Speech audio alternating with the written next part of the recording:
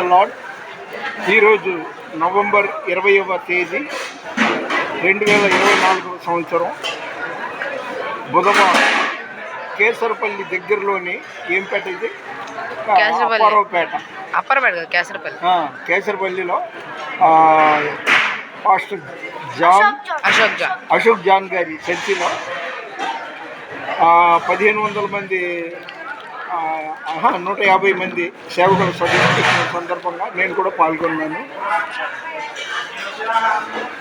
నీకు identity card ఇచ్చారా సుజాత? సరే, ఈ ఐడెంటిటీ కార్డు కోసం ఇవాళ ఫోటో తీయిస్తాను. సువార్త గాయకురాలు. అయితే ఏంటంటే ఈ రోజుకి కరెక్ట్గా దేవుని మహాకృపను బట్టి 777, అంటే సంపూర్ణ సంఖ్య 7 కదా, 777 వీడియోలు తీసి యూట్యూబ్లో అప్లోడ్ చేయడం జరిగింది. కానీ చాలా బలపరచబడతాను. ఈరోజు వాక్యోపదేశం, ఆయన పేరు జాన్ కెన్నడీ. తెలియదు,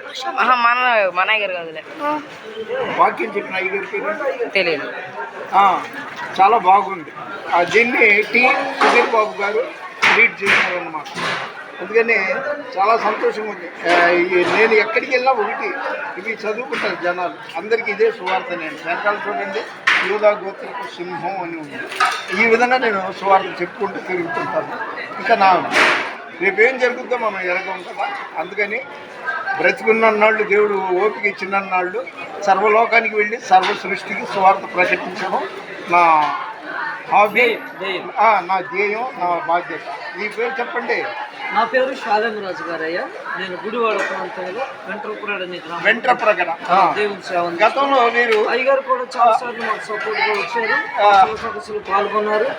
మరి అయ్యగారికి ఉన్నటువంటి ఛానల్ ప్రకారం మాకు పుస్తకాలు ప్రింట్ కూడా చేసి పెట్టారు పేపర్లో. పోతే అయ్యగారు ఈసారి కొద్దిగా లేట్ అయింది, కానీ ప్రతిసారి సేవకుల సదస్సులు వెంట్రప్రగడలో పెట్టడం ఏర్పాటు చేస్తుంటారు అనమాట. రేపు డిసెంబర్ మంత్లో ఉంటుంది మా దగ్గర. డిసెంబర్లో సెమీ క్రిస్మస్ మీరు చేస్తారంట శాలిమరాజయ్య గారు. వారి ఆ కార్యక్రమం గురించి మీ ప్రార్థనలో జ్ఞాపకం చేసుకోండి. నాకు ఇప్పుడు 76 ఏళ్ళు.